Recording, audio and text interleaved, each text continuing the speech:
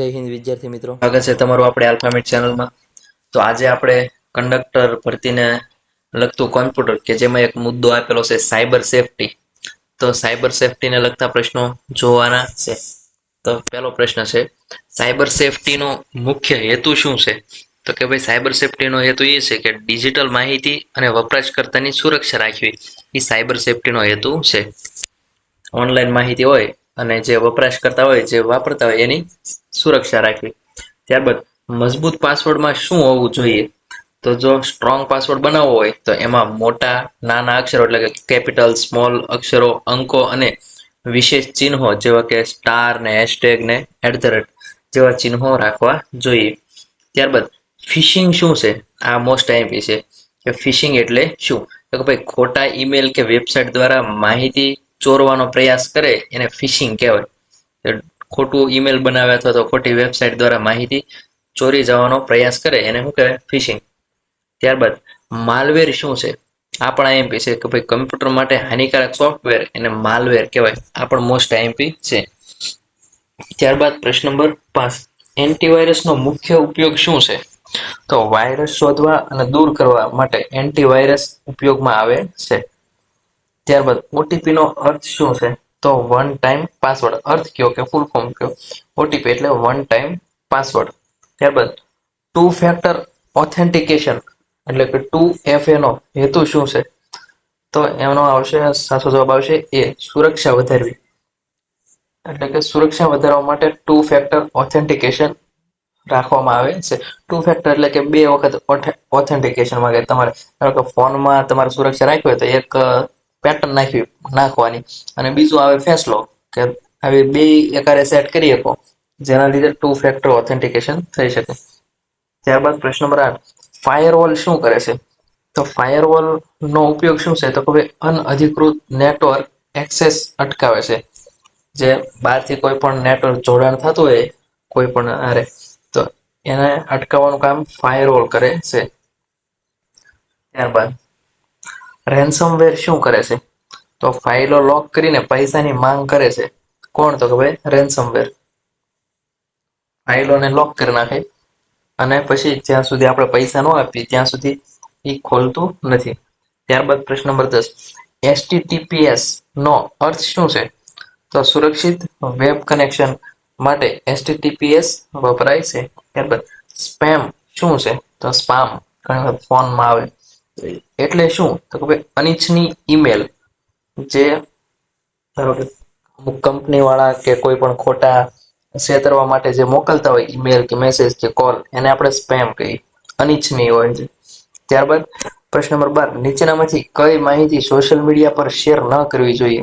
તો કે ભાઈ મોબાઈલ નંબર અને બેંક વિગતો સોશિયલ મીડિયા ઉપર શેર કરવી જોઈએ નહીં.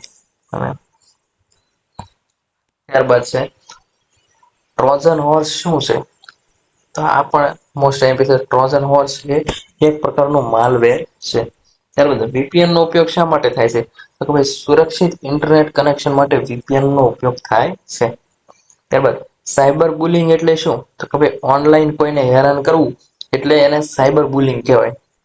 ત્યારબાદ પ્રશ્ન નંબર 16, નીચેનામાંથી કયું સુરક્ષિત બ્રાઉઝરનું ઉદાહરણ છે? તો HTTPS વેબસાઇટનો ઉપયોગ કરવો એ સુરક્ષિત બ્રાઉઝિંગ નું ઉદાહરણ છે. ઓનલાઈનમાં આપણે કંઈ પણ સર્ચ કરતા હોય ત્યારે HTTPS વેબસાઇટનો ઉપયોગ કરીએ એ સુરક્ષિત ગણવામાં આવે છે. ત્યારબાદ ડેટા બેકઅપ કેમ જરૂરી છે? તો ડેટા ગુમાય તો પાછો મેળવી શકાય. એટલે કે આપણો ડેટા હોય એને બેકઅપમાં શું કામ રાખવો જોઈએ? કે ભાઈ ક્યારેક આપણને ખબર ન રહી હોય ભૂલથી ડિલીટ થઈ જાય અથવા તો ફોન ખરાબ થઈ જાય તો ત્યારે ડેટા જો ગુમાવી ન બેસાય એના માટે થઈને ડેટા બેકઅપ લેવામાં આવે છે. ત્યારબાદ પ્રશ્ન નંબર 18, નીચેનામાંથી કયો નબળો પાસવર્ડ છે? તો આપણે જોઈએ છે કે ભાઈ 1 2 3 4 5 6 તો આ જે સેમ પેટર્ન છે એ હાવ નબળો કહેવાય. બાકીના બધા પાસવર્ડમાં R@, J, સ્મોલ કેપિટલ અને હેશટેગ ને એવા બધા ચિહ્નો વપરાણેલા છે. સ્મોલ અને કેપિટલ લેટર વપરાયેલા છે. એ સ્ટ્રોંગ પાસવર્ડ કહેવાય. ત્યારબાદ પ્રશ્ન નંબર 19, વોર્મ શું છે? તો પોતે જ ફેલાતું માલવેર છે. તો પોતે જ ફેલાતું માલવેર હોય એને શું કહેવાય? વોર્મ કહેવાય. ત્યારબાદ પ્રશ્ન નંબર 20, સાયબર સેફટી માટે સૌથી સારી ટેવ કઈ છે? તો કે ભાઈ સોફ્ટવેર છે એને નિયમિત અપડેટ કરવું એ સાયબર સેફટી માટે સૌથી સારી ટેવ ગણાય છે. એટલે કે અમુક ટાઈમ જાય એટલે આપણું સોફ્ટવેર આપણે છે એને અપડેટ કરી નાખવું જોઈએ. ત્યારબાદ પ્રશ્ન નંબર 21, નીચેનામાંથી કયો વેબ બ્રાઉઝર છે? તો કે ભાઈ ક્રોમ છે એ વેબ બ્રાઉઝર છે. બાકીના MS વર્ડ, એક્સેલ અને પેઇન્ટ છે એ વેબ બ્રાઉઝર નથી. ત્યારબાદ એન્ટીવાયરસને શું કરવું જોઈએ? તો નિયમિત અપડેટ કરવું જોઈએ. એન્ટીવાયરસ એપ્લિકેશન હોય કદાચ આપણામાં એને નિયમિત અપડેટ કરવી જોઈએ. ત્યારબાદ પાસવર્ડ કેટલા સમયાંતરે બદલવો જોઈએ? તો કે ભાઈ એવું કઈ નક્કી ન હોય કેટલા ટાઈમે બદલવો હતી, પણ અમુક ટાઈમે બદલતો રહેવો જોઈએ. ત્યારબાદ નીચેનામાંથી કયો સર્ચ એન્જિન છે? તો ગૂગલ છે એ સર્ચ એન્જિન છે. ત્યારબાદ પ્રશ્ન નંબર 25, ઈમેલ અટેચમેન્ટ ખોલતા પહેલા શું કરવું જોઈએ? તો કે ભાઈ એન્ટીવાયરસ થી કોઈ પણ ઈમેલ અટેચમેન્ટ આવ્યું હોય આપણી પાસે તો એને એન્ટીવાયરસ થી સ્કેન કરવું જોઈએ. ત્યારબાદ એને ખોલવું જોઈએ. ત્યારબાદનો પ્રશ્ન છે, સાયબર ક્રાઇમનો ભોગ બન્યા પછી શું કરવું જોઈએ? તો કે ભાઈ ફરિયાદ નોંધાવવી જોઈએ. ગમે ત્યારે સાયબર ફ્રોડ થાય તો પોલીસમાં ફરિયાદ નોંધાવવી જોઈએ. ત્યારબાદ પબ્લિક વાઈફાઈ પર શું ટાળવું જોઈએ? તો કે ભાઈ ઓનલાઈન બેન્કિંગ પબ્લિક વાઈફાઈ નો યુઝ કરીને ઓનલાઈન બેન્કિંગ કરાય નહીં. ત્યારબાદનો પ્રશ્ન નંબર 28, બ્રાઉઝરમાં પેડલોકનું ચિહ્ન શું દર્શાવે છે? આવું ચિહ્ન આવી ગયું હોય પેડલોકનું તો એ બ્રાઉઝરમાં આવું ચિહ્ન શું દર્શાવે? તો કે ભાઈ સુરક્ષિત કનેક્શન દર્શાવે છે. ત્યારબાદ સોશિયલ એન્જિનિયરિંગ શું છે? તો કે ભાઈ લોકો સાથે છેતરપિંડી કરીને માહિતી મેળવવી એને કહેવાય સોશિયલ એન્જિનિયરિંગ. આ પણ મોસ્ટ આઈએમપી છે. લોકો સાથે છેતરપિંડી કરીને માહિતી મેળવવી એને શું કહેવાય? Social engineering. ત્યારબાદ સાયબર સેફટી માટે કઈ ટેવ સારી છે? તો કે ભાઈ અલગ અલગ એકાઉન્ટ માટે અલગ અલગ પાસવર્ડ, એના લીધે સાયબર સેફટી વધે છે. ઘણાને એવું હોય કે કોઈ પણ એક ફિક્સ પાસવર્ડ હોય જે બધામાં સેમ જ હોય. તો અહીં સાયબર સેફટી માટે અલગ અલગ એકાઉન્ટ માટે અલગ અલગ પાસવર્ડ રાખવો હિતાવહ બને છે. ત્યારબાદ પ્રશ્ન નંબર 31, સ્પાયવેર શું કરે છે? તો કે ભાઈ વપરાશકર્તાની માહિતી ચોરી કરે છે સ્પાયવેર. ત્યારબાદ સોફ્ટવેર અપડેટ શા માટે જરૂરી છે? તો કે ભાઈ સિક્યુરિટી વધારવા માટે સોફ્ટવેર અપડેટ કરવો જરૂરી છે. ત્યારબાદ પ્રશ્ન નંબર 33, ફિશિંગ ઈમેલની ઓળખ કેવી રીતે થાય છે? તો કે ભાઈ કોઈ પણ શંકાસ્પદ લિંક હોય અથવા તો મેસેજ હોય એના દ્વારા આપણને ખબર પડે કે આ ફિશિંગ ઈમેલ છે કે ફ્રોડ છે કે સ્પેમ છે. ત્યારબાદ સાયબર સેફટી માટે બેકઅપ ક્યાં રાખવું? તો કે ભાઈ એક્સટર્નલ ડિવાઇસ અથવા તો ક્લાઉડમાં બેકઅપ રાખી શકાય છે. ક્લાઉડ એટલે કે ઇન્ટરનેટ ઉપર ક્લાઉડમાં અપલોડ કરો એટલે ઇન્ટરનેટમાં આવી જાય. એક્સટર્નલ ડિવાઇસ એટલે કે ભાઈ પેન ડ્રાઈવ છે, મેમરી કાર્ડ છે, તો એવા બધામાં બેકઅપ રાખવું જોઈએ. ત્યારબાદ ઓટીપી કોની સાથે શેર કરવો? કે ભાઈ કોઈની સાથે ઓટીપી શેર કરાય નહીં. ત્યારબાદ સ્ટ્રોંગ પાસવર્ડમાં ઓછામાં ઓછું શું હોવું જોઈએ? તો કે ભાઈ 8 થી 12 અથવા વધુ અક્ષરો હોવા જોઈએ. ત્યારબાદ પ્રશ્ન નંબર 37, રેન્સમવેર થી બચવાનો શ્રેષ્ઠ ઉપાય કયો છે? ભાઈ નિયમિત બેકઅપ રાખવું એ રેન્સમવેર થી બચવાનો શ્રેષ્ઠ ઉપાય છે. ત્યારબાદ બ્રાઉઝર હિસ્ટ્રી શું છે? ભાઈ મુલાકાત લીધેલી વેબસાઇટની યાદી એટલે એને બ્રાઉઝર હિસ્ટ્રી કહેવાય. ગૂગલ ઉપર કે ક્રોમ ઉપર આપણે કોઈ પણ વેબસાઇટમાં જઈએ તો છેલ્લે એની આખી લિસ્ટ આવે આપણી હિસ્ટ્રીની. તો એનો મતલબ કે આપણે કઈ કઈ વેબસાઇટ ઉપર મુલાકાત લીધેલી છે એને કહેવાય બ્રાઉઝર હિસ્ટ્રી. ત્યારબાદ કુકી શું છે? તો કે ભાઈ વેબસાઇટ દ્વારા સાચવવાથી નાની માહિતી એને શું કહેવાય? કુકી કહેવામાં આવે છે. ત્યારબાદ ડિજિટલ ફૂટપ્રિન્ટ એટલે શું? આ પણ મોસ્ટ આઈએમપી છે. તો ઓનલાઈન પ્રવૃત્તિનો રેકોર્ડ એને ડિજિટલ ફૂટપ્રિન્ટ કહેવાય છે. મોસ્ટ આઈએમપી ડિજિટલ ફૂટપ્રિન્ટ એટલે કે ઓનલાઈન પ્રવૃત્તિ હોય કોઈ પણ સર્ચ કર્યું કે આ એ બધાનો રેકોર્ડ હોય એને ડિજિટલ ફૂટપ્રિન્ટ કહે છે. ત્યારબાદ પ્રશ્ન નંબર 41, ફેક વેબસાઇટ નો હેતુ શું હોય છે? તો કે ભાઈ માહિતી ચોરવાનો હેતુ હોય છે ફેક વેબસાઇટ બનાવી. ત્યારબાદ સાયબર સિક્યુરિટીમાં CIA નો અર્થ શું થાય? એટલે કે ફૂલ ફોર્મ કયો કે અર્થ કયો? તો કે ભાઈ સી એટલે કોન્ફિડેન્શિયલ, આઈ એટલે ઇન્ટિગ્રિટી અને એ એટલે અવેલેબિલિટી. ત્યારબાદ પ્રશ્ન નંબર 43, એન્ટીવાયરસ સ્કેન ક્યારે કરવું જોઈએ? તો કે ભાઈ નિયમિતપણે એન્ટીવાયરસ સ્કેન કરવું જોઈએ. આપણા મોબાઈલમાં પણ એન્ટીવાયરસનું ઓપ્શન આપે છે કે જેને સ્કેન કરીને આપણે જો સ્કેન ન કર્યું હોય તો અમુક ટાઈમે સ્કેન કરતું રહેવું જોઈએ. ત્યારબાદ બ્રાઉઝર કેચ શું છે? હવે ટેમ્પરરી ફાઇલનો સંગ્રહ છે એને શું કહેવાય? Browser catch. ત્યારબાદ પ્રશ્ન નંબર 45, સાયબર ક્રાઇમ રિપોર્ટ કરવા માટે ભારતનું નેશનલ સાયબર ક્રાઇમ પોર્ટલ કયું છે? આ પણ મોસ્ટ આઈએમપી છે. તો અહીં આપેલું છે એ https cybercrime.government.in gov.in. આ સાયબર ક્રાઇમ રિપોર્ટ કરવા માટેનું સૌથી મોટું પ્લેટફોર્મ છે આપણું નેશનલ રાષ્ટ્રીય સ્તરે. ત્યારબાદ એસએમએસ દ્વારા છેતરપિંડીને શું કહેવાય? સ્મિશિંગ કહેવાય. એસએમએસ દ્વારા છેતરપિંડી હોય એને સ્મિશિંગ કહેવાય. આ પણ મોસ્ટ આઈએમપી છે. ત્યારબાદ ફોન કોલ દ્વારા છેતરપિંડીને વિશિંગ. અને પ્રશ્ન નંબર 48, નીચેનામાંથી કઈ માહિતી સૌથી વધુ ગુપ્ત રાખવી જોઈએ? તો એટીએમ પિન છે એને હંમેશા ગુપ્ત રાખવો જોઈએ. ત્યારબાદ પ્રશ્ન નંબર 49, હેકિંગ નો અર્થ શું થાય? તો કે ભાઈ અનઅધિકૃત પ્રવેશ મેળવવો. કોઈ પણ એપ્લિકેશન હોય એવી કે જેમાં આપણે દાખલ ન થઈ શકતા હોય, અમુક પેઇડ એપ્લિકેશન હોય, તો એમાં જ્યારે આપણે પૈસા દીધા વગર જ્યારે એમાં પ્રવેશ કરીએ, અનઅધિકૃત પ્રવેશ, એને હેકિંગ કહેવાય. ત્યારબાદ પ્રશ્ન નંબર 50, સાયબર સેફટી માટે સૌથી મહત્વપૂર્ણ નિયમ કયો છે? તો કે ભાઈ સાવચેત રહેવું અને શંકાસ્પદ લિંક પર ક્લિક ન કરવી એ સૌથી મહત્વપૂર્ણ નિયમ છે સાયબર સેફટી માટે. કે આપણે હંમેશા સાવચેત રહેવું જોઈએ અને કોઈ પણ એવી અજાણી લિંક કે એવું કંઈક વોટ્સએપમાં કે ટેલિગ્રામમાં કે ગમે ત્યાં મેસેજ દ્વારા આવી હોય તો એને ખોલવી જોઈએ નહીં. ત્યારબાદ નીચેનામાંથી કયું મજબૂત પાસવર્ડનું ઉદાહરણ છે? તો અહીંયા આપેલો છે જવાબ કે જેમાં ઘણા આરે જે પછી 1 2 3 લખી નાખે, 1 2 3 4 5 6 7 લખી નાખે અને ઘણા ખાલી પાસવર્ડ ને તે પાસવર્ડ તરીકે લખી નાખે, તો એ મજબૂત પાસવર્ડ નથી. જ્યારે અહીં જવાબ છે કે આર પછી @ પછી સ્મોલ જે પછી એન પછી પાછું એક ચિહ્ન ઉદ્ગાર ચિહ્ન પછી 2026 અને હેશટેગ, એવી રીતે અલગ અલગ શબ્દો અને અક્ષરો વાપરે જેના લીધે પાસવર્ડ છે એ મજબૂત બને છે. ત્યારબાદ કમ્પ્યુટરમાં વાયરસ મુખ્યત્વે શું કરે છે? કે ભાઈ આપણો કોઈ પણ ડેટા હોય એ કમ્પ્યુટરમાં ડેટા જે સંગ્રહિત હોય એ ડેટાને નુકસાન પહોંચાડે છે વાયરસ. ત્યારબાદ પ્રશ્ન નંબર 53, HTTPS માં એસ નો અર્થ શું છે? તો કે ભાઈ એસ એટલે સિક્યોર.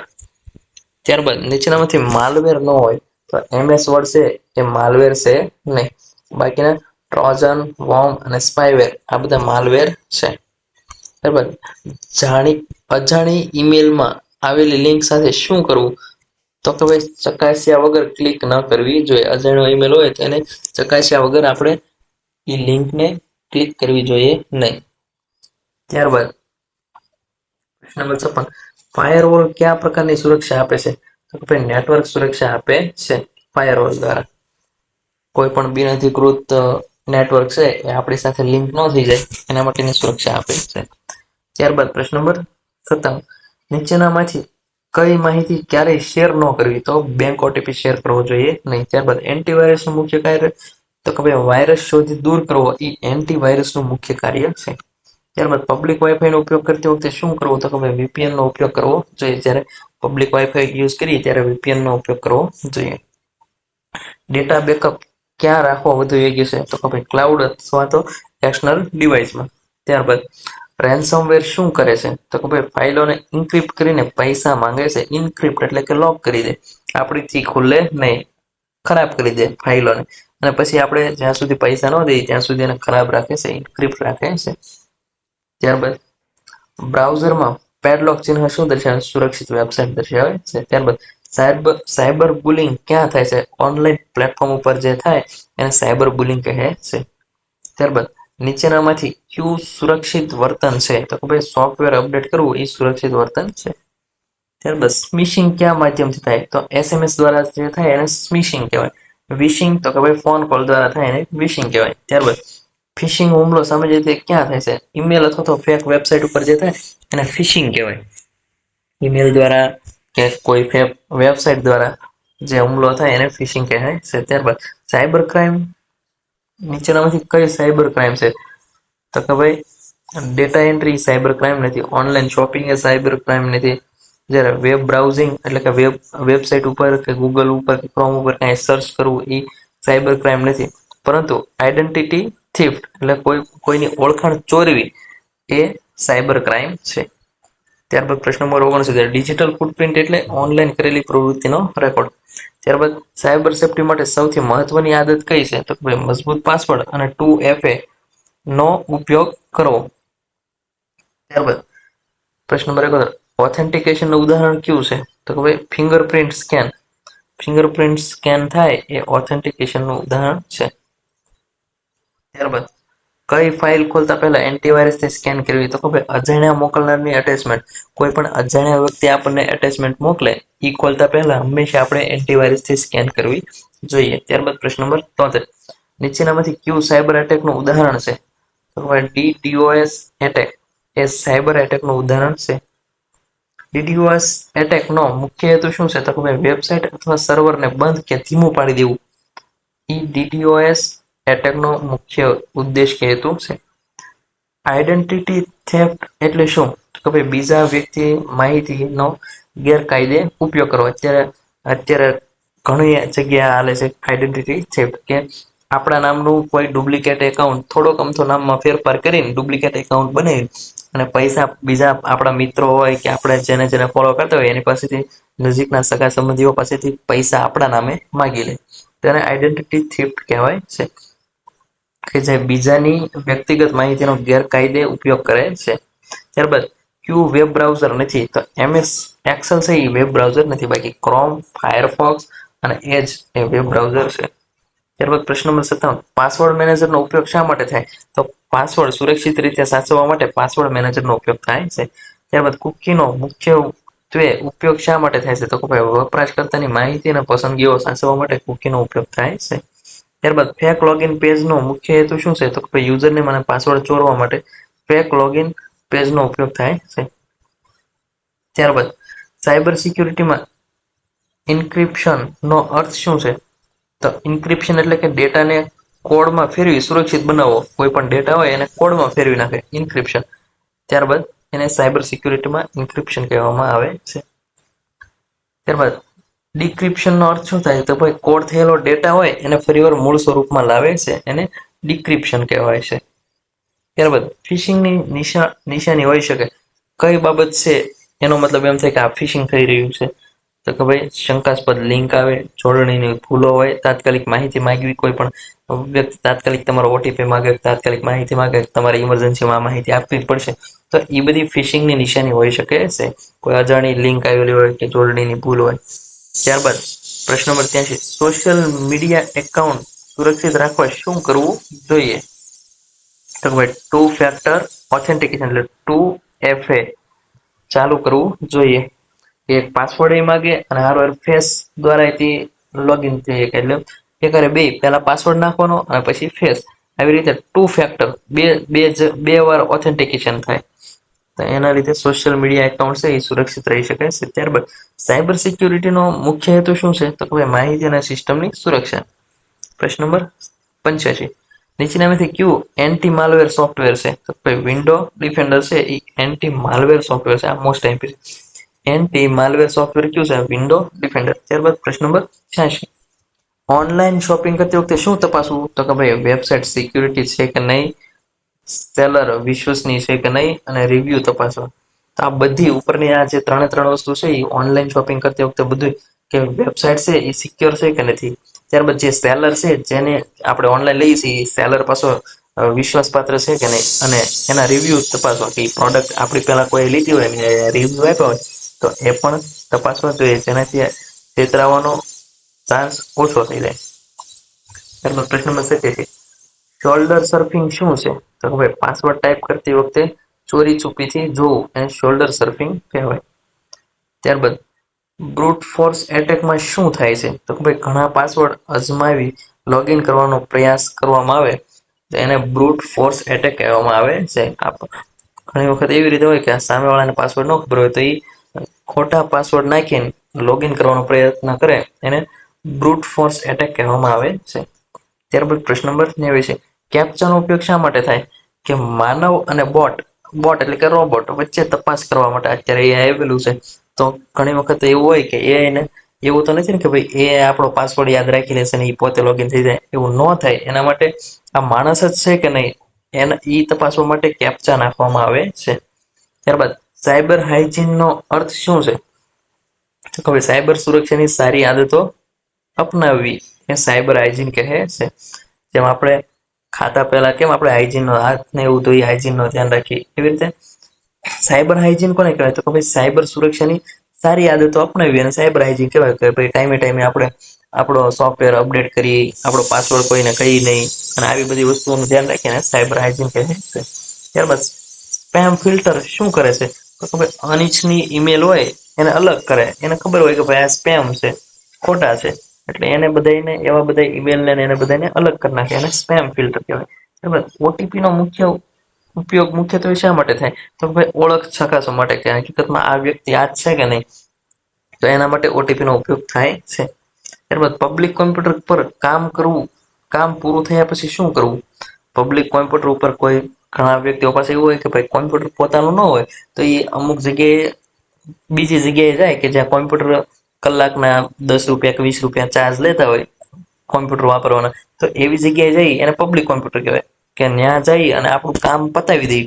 એ કામ પૂરું થાય પછી શું કરવાનું? તો ભાઈ લોગ આઉટ કરવું જોઈએ. આપણે ઈમેલ ખોલ્યું હોય કે કોઈ પણ વસ્તુ આપણી ખોલી હોય તો એનામાંથી પાછું લોગ આઉટ કરી નાખવું જોઈએ, એટલે બીજા કોઈ અજાણી વ્યક્તિ એનો યુઝ કરે નહીં. ત્યારબાદ પ્રશ્ન નંબર 94, સાયબર સેફટી માટે કયું યોગ્ય છે? તો કે ભાઈ સાયબર સેફટી માટે સોફ્ટવેર અપડેટ કરવું જોઈએ, એન્ટીવાયરસ અપડેટ કરવું જોઈએ અને સ્ટ્રોંગ પાસવર્ડ રાખવો જોઈએ. ત્યારબાદ ટ્રોજન સામાન્ય રીતે કેવી રીતે ફેલાય છે? તો કે ભાઈ ફેક સોફ્ટવેર દ્વારા અથવા અટેચમેન્ટ દ્વારા ફેલાય છે. ત્યારબાદ સાયબર ક્રાઇમની ફરિયાદ ક્યાં કરી શકાય છે? તો સાયબર ક્રાઇમની ફરિયાદ નેશનલ સાયબર ક્રાઇમ પોર્ટલ ઉપર કરી શકાય છે. આ પણ મોસ્ટ આઈએમપી છે. ત્યારબાદ પ્રશ્ન નંબર 97, નીચેનામાંથી કયું પર્સનલ ઇન્ફોર્મેશન છે? હવે આપણો આધાર નંબર છે, આધાર નંબર રિડેક્ટેડ એ પર્સનલ ઇન્ફોર્મેશન છે. ત્યારબાદ ક્લાઉડ સ્ટોરેજનો મુખ્ય લાભ શું છે? કે ભાઈ ઇન્ટરનેટ દ્વારા સુરક્ષિત ડેટા સંગ્રહ થઈ શકે છે ક્લાઉડમાં. ત્યારબાદ પ્રશ્ન નંબર 99, સાયબર સેફટી માટે સૌથી ખતરનાક ટેવ કઈ છે?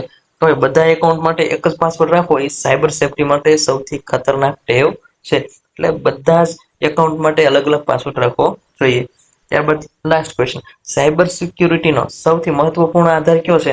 તો કે ભાઈ વપરાશકર્તાની જાગૃતિ અને સુરક્ષિત આદતો એ સાયબર સિક્યુરિટીનો સૌથી મહત્વપૂર્ણ આધાર છે. થેન્ક યુ વિદ્યાર્થી મિત્રો. તો મળીએ પાછા નેક્સ્ટ લેક્ચરમાં.